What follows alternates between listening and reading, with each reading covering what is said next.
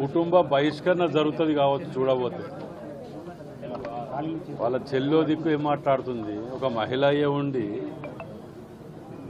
పీకి ఏం కట్టలు కట్టినని ఒకతను ఒక ఈయనను రాహుల్ గాంధీ గారిని పట్టుకొని ఆ కుటుంబాన్ని ఇంటికి మీరు తెలంగాణ ఇయ్యగానే ఇంటికి పోయి కాళ్ళు పట్టుకున్న మీరు ఇవాళ హౌలాని మాట్లాడుతుంటే మరి ఈ మూర్ఖులను ఏమనాలో అర్థం కావట్లేదు.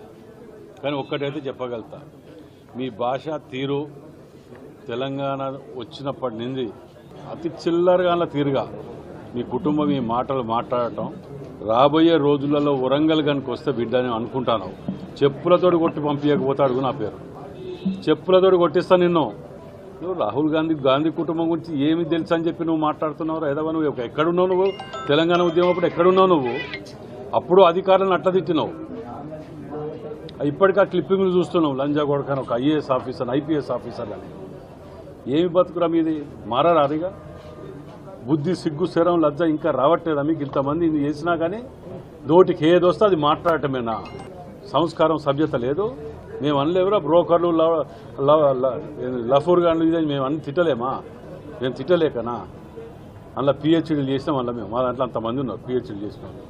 మేము తిట్టుడు మొదలు పెడితే బిడ్డ మీరు ఆత్మహత్యలు చేసుకోవాలి, మీ బతుకులు కానీ మీ ఏంటి చెప్తే మరి నోరు వెళ్తే